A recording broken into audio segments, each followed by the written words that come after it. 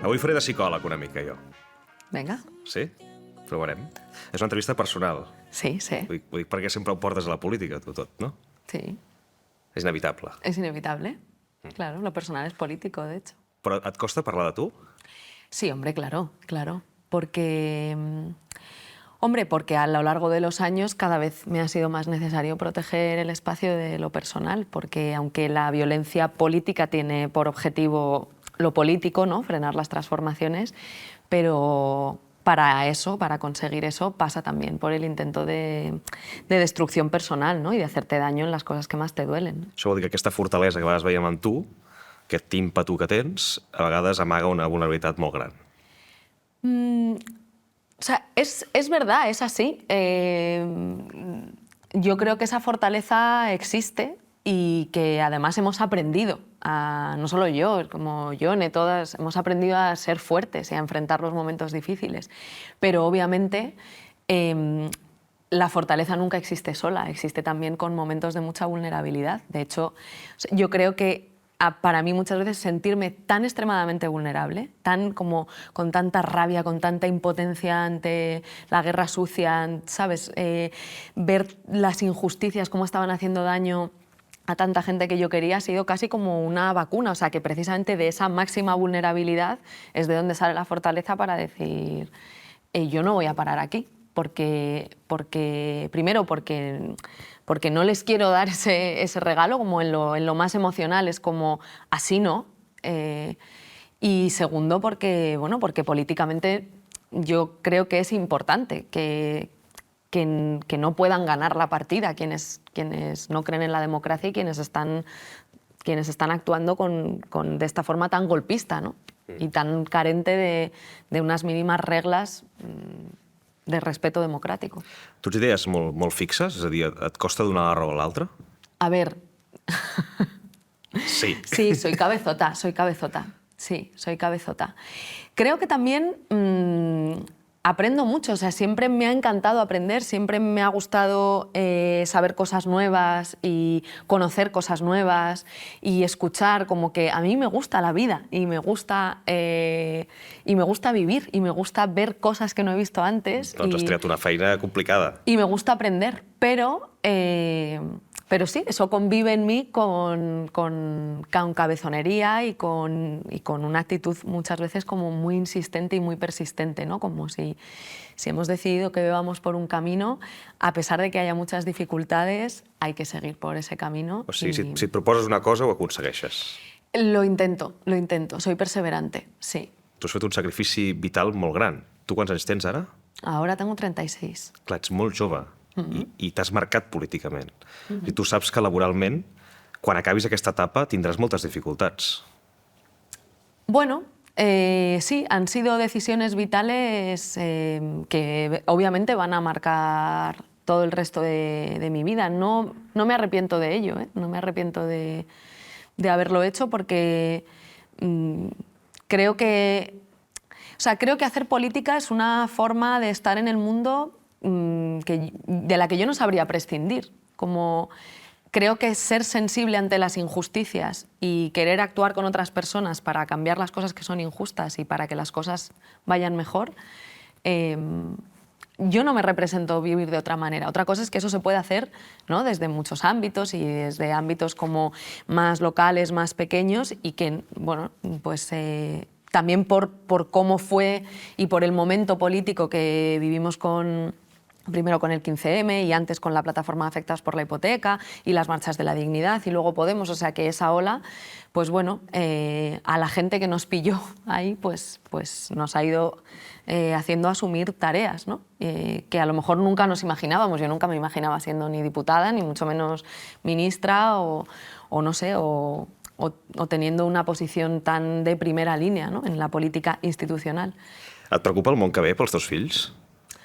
Hombre, claro que sí, sí, ese es otro motivo para luchar.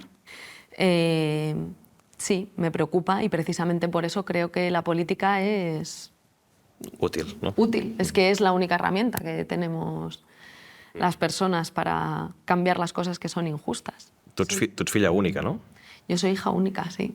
I això de tenir tres hijos. fills és una cosa que de petita, de jove, deies, jo vull ser mare d'una gran família? O... Quería ser madre joven, eso sí lo quería. Pero luego lo demás vino un poco sin reflexionarlo mucho. No por eso menos querido y menos deseado, pero no buscado. Sí, obviamente decidí quedarme embarazada y así llegaron Leo y Manuel, que yo no pensé que fuesen dos, pero bueno, tengo genética, no sé si esto es solo genético, pero en mi familia hay muchos casos de mellizas, mi madre y mi tía son mellizas y de trillizos, o sea que en fin, això ja és una altra categoria. tenía precedentes. Y luego pues llegó Aitana, que fue muy deseada, pero buscada tampoco. Como y ya está, pues ahora tenemos una familia de 3, sí. Es difícil, porque para una persona que no sabe lo que es la relación entre hermanos, pues... Costa trobar el punt, es no? aprenderlo con ellos. I vas patir molt amb el naixement dels bessons, que van néixer prematurs? Sí, claro. Ese momento es uno de los más difíciles, de los más dolorosos. La número 2 de Podem, Irene Montero, ha tingut els bessons que esperava de manera prematura, després de 6 mesos d'embaràs. Els nadons estan en observació en una incubadora, com és habitual en aquests casos. En lo personal, muy doloroso y también de lo que te hace tomar conciencia de lo que es la vida también. Porque nosotros, si no hubiésemos vivido en un país que tiene sanidad pública,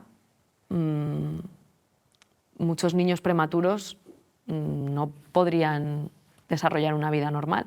A lo mejor ni siquiera podrían vivir. Deuen ser com uns dies de lluita per la supervivència de la vida de dos. Y donde solo existe eso, ¿no? Donde solo existe eso, sí. Eso fue así. De un día para otro es como... Porque no esperábamos, o yo no fui consciente hasta que nos lo dijeron los médicos, ¿no? Y de un día para otro esa era la única y principal prioridad y en torno a lo que había que organizarlo todo, ¿no? Un no pensa en dir, potser haig de deixar la política ara, davant d'aquest fet que m'ha passat a la vida, per dedicar-me a això... No.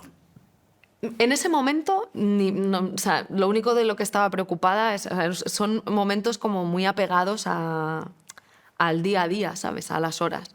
No tuve grandes... Yo no sé, a lo mejor otras personas sí. Rumors de que si... Clar, l'extrema dreta aquí també s'hi va abonar moltíssim, no? De que si heu llogat tota la planta de l'hospital... Sí, claro, eso sí. O sea, como... Nunca, el aliento en la nuca de los reaccionarios siempre aquí. Ja, però en un moment de fragilitat emocional tan gran... Sí, claro, es extremadamente continuava, doloroso. ¿No? Pero... Yo no soy de las personas que en los momentos de dificultad hace grandes reflexiones.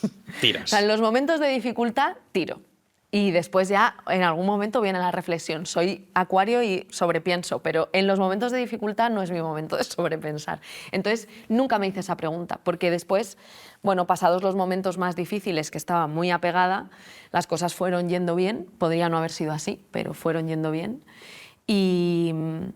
Y también había como mucho punto de orgullo en esa fortaleza y de felicidad y de alegría de lo estamos consiguiendo. Entonces, no me hice esa pregunta. I sou bons pares? Pues eso se lo tendremos que preguntar a nuestros 2 hijos y a nuestra hija. Desde luego, pensar sobre ello y tratar de serlo, sí, es un tema de conversación recurrente entre nosotros y con los amigos y las amigas que tenemos. Yo creo que somos una generación muy preocupada por cambiar algunas cosas y porque nuestros hijos reciban un tipo de educación que sea respetuosa y que respete sus ritmos, sus tiempos de desarrollo. Y por ser buenos padres también, yo creo que la mayoría de las personas queremos ser buenos padres y buenas madres, pero si realmente lo somos. También yo, por ejemplo, veo muchas cosas que como que me salen, ¿no? Que tengo que reflexionar mucho porque me salen automáticas de cómo ha sido mi infancia y de cómo han sido mis padres conmigo. Y entonces, pues dices, claro, lo tienes que revisar, pero a veces dices, esto que me parecía que no era dañino o que era, ¿no? Que daba igual y no. I, per exemple, teníeu clar que havien d'anar a escola pública? Sí. Tu vas anar a una escola concertada. Sí. pero eso lo tenía muy claro. Sí, y estoy muy orgullosa de las escuelas, del cole y el instituto al que fui, porque soy quien soy también por las profes y los profes que he tenido y por el tipo de entorno educativo en el que me he educado y me he criado, eso lo tengo clarísimo. Pero sí, yo creo que especialmente siendo parte de la política institucional y defendiendo la educación pública, teníamos que ser consecuentes con ello, sobre todo también porque tienen que conocer cómo es el mundo. Y eso se conoce, no digo que en las concertadas no se pueda conocer, pero creo que en la pública hay más posibilidades de conocer cuál es esa variedad y aún así, bueno, estamos en una escuela pública que es una muy buena escuela pública.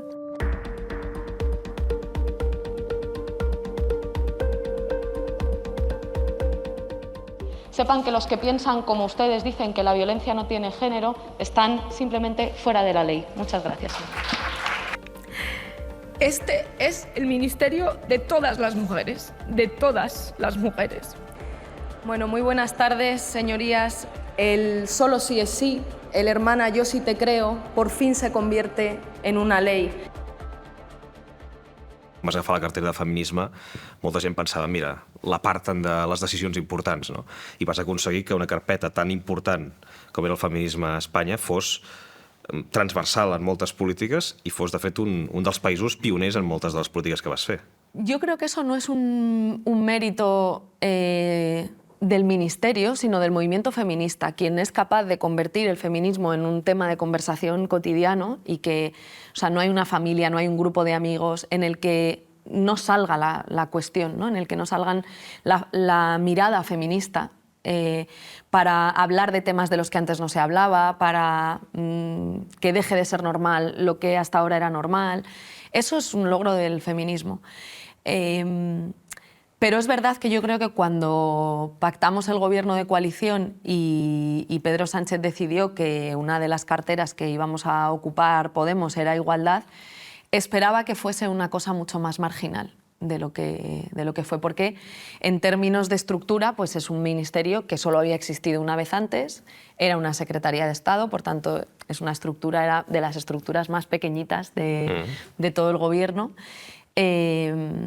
Y entonces, bueno, pues todo podría invitar a pensar que era más difícil desde ahí pues sacar iniciativas o sacar mucho menos, ¿no? 3 leyes en una legislatura, en 4 años, y la actualización del Pacto de Estado y el Plan Corresponsables y el Plan Camino, y como que, o sea, el Ministerio de Igualdad fue un ministerio en el que no se dejaba de trabajar. Bona nit. Íñigo Errejón deixa la política i reconeix que són certes les acusacions d'assetjament sexual per part de diverses dones. El diputat i dirigent de Més Madrid i Sumar assumeix que s'ha comportat de manera tòxica i patriarcal. Aquests dies també hi ha molt debat a l'esquerra de quin és el paper que ha de tenir, per exemple, en el feminisme. Amb tot el que ha passat amb Íñigo Errejón s'ha generat molt debat. No sé si l'ha seguit qüestionant el mètode de Cristina Fallarás, si ha de publicar aquestes denúncies anònimes o no. Clar, en tot això hi ha una conseqüència, que és que Íñigo Errejón ja té una condemna social, ara. És a dir, com vius tu aquest debat que s'està produint en el feminisme? Bueno, es un debate, más que un debate, es una ofensiva contra el feminismo. Yo creo que uno de los grandes logros del feminismo en estos últimos años ha sido hacer visible una realidad que permanecía invisible, que es la de las violencias sexuales, y ha entrado con tanta fuerza en el debate que ha conseguido que realmente haya mucha gente que incluso nunca jamás va a querer ser considerada o se va a llamar a sí misma feminista, que de repente, no sé, pienso en muchas mujeres que de repente se han dado cuenta de que su marido las ha violado durante muchos años. Hay una serie fantástica que es Querer, donde se ve ese proceso, ¿no? Como de una mujer que después de muchos años toma conciencia de que lo que ha estado viviendo es violencia. Ese es un cambio social que nada es irreversible en la historia y en la vida, pero la gente ya esto no lo puede eludir en la conversación social. Este avance del feminismo para tener vidas libres de violencias no se puede eludir de momento en la conversación social. Entonces, proporcional a ese cambio y a ese avance en derechos feministas hay una reacción. Cuando las mujeres se atreven a romper el silencio, lo que se rompe también es la impunidad de los agresores. Y cuando esos agresores tienen poder o tienen un estatus social que hace que mucha gente les quisiera y por tanto que no es fácil de asumir, eso es una de las cosas más difíciles. Es que el feminismo te obliga a revisar tus vínculos. Sí, però la reacció també és violenta. És a dir, Hombre, yo creo Sí, que sí. las víctimas tienen derecho a la rabia, tienen derecho a no pedir permiso y tienen derecho a hacer frente a la violencia de la forma que más sanadora sea para ella. però no hi ha punt entremig entre això que estàs dient i fer-ho d'una manera, per exemple, aquestes denúncies anònimes que es publiquen, no? Segurament increpen a una persona directament que socialment ja el condemnes, precisament perquè heu posat sobre la taula un tema que és importantíssim, és a dir, hi ha una consciència social del que està bé i el que no en el feminisme, que això és molt important. Claro, pero que no se nos olvide una cosa. Y no lo voy a decir hablando de ningún caso concreto porque quiero que se entienda la idea. Cuando un hombre con poder dimite de una responsabilidad o le suspenden una gira de conciertos por casos de violencia sexual, no es por culpa de que una víctima rompa el silencio, es porque es un agresor. Y si no ha pasado antes, es porque tenemos una sociedad machista que protege a los agresores o que separa al autor de la obra y que dice, bueno, será un agresor, pero es que canta muy bien o es que hace unos discursos estupendos. Lo que pasa normalmente no es que haya muchos hombres que sufren porque hay víctimas que rompen el silencio de forma anónima. Es lo contrario, es que hay víctimas en silencio y hombres con poder que disfrutan de su impunidad precisamente porque el poder es una protección para que tú puedas ser un agresor sin sufrir las consecuencias, sin que tenga ninguna consecuencia. Entonces, cuando vemos que realmente ocurre, que hay una dimisión o una cancelación de una gira, es porque eso es verdad. Y ha llegado a ser tan verdad, que ya nadie se quiere hacer cargo de sostener la impunidad de esos agresores. Digue'm un error polític que hagis comès en aquests últims 10 anys. El más importante de todo es entregar el poder. Ese es el error político más importante. Però una mica porque- més autocrític. ¿Pero por qué crees que eso no es autocrítico? Ese es el que, en mi opinión, entregar el poder es el mayor error político porque es lo que te impide seguir transformando. Y para eso es para lo que estás en política. Si tú te refieres como a una cosa, no sé, personal o como algo de lo que yo me arrepienta o que yo podría, no sé, haber hecho de otra manera, o sea, como algo en lo que, no sé, es que como algo que me deje mal, ¿quieres decir? Ha sido No sé, algo algo que diguis, doncs amb això em vaig equivocar, perquè potser deus tenir moltes contradiccions també, cada dia. A ver, obviamente cuando estás en una situación ¿no? de guerras, recibiendo todo el rato guerra sucia y cuando lo determinante de la forma que tú tienes de hacer política es ese contexto de guerra sucia, igual que hay a personas que soy consciente que he cuidado mucho y que he protegido mucho, seguramente haya sido injusta con otras. En el sentido de poner más límites de los que a lo mejor hubieran sido necesarios o perder grises, o perder matices, que eso a veces pasa, o sea, cuando estás en una situación de muchísima presión, de una ofensiva fuerte, las cosas no pueden ser a veces, pues eso, todo lo matizadas o todo lo reflexionadas. Es como, no, hay que tomar decisiones y hay que decidir en qué lado estás y si vas o no vas y si actúas o no actúas. Entonces, esa determinación, que también es una característica personal mía, la he visto exacerbada. Y a veces eso puede hacer que haya sido injusta, incluso que haya hecho daño a personas que no se lo merecían, ¿sabes? Y hombre, eso no... Incluso pensando que no sé si podría haber hecho las cosas de otra manera, o si hubiera sabido hacerlo, pesa, claro que pesa. Irene Montero, moltes gràcies. Muchas gracias a ti. Volver a casa, cantamos por el paria jornalero y el operario, la soña.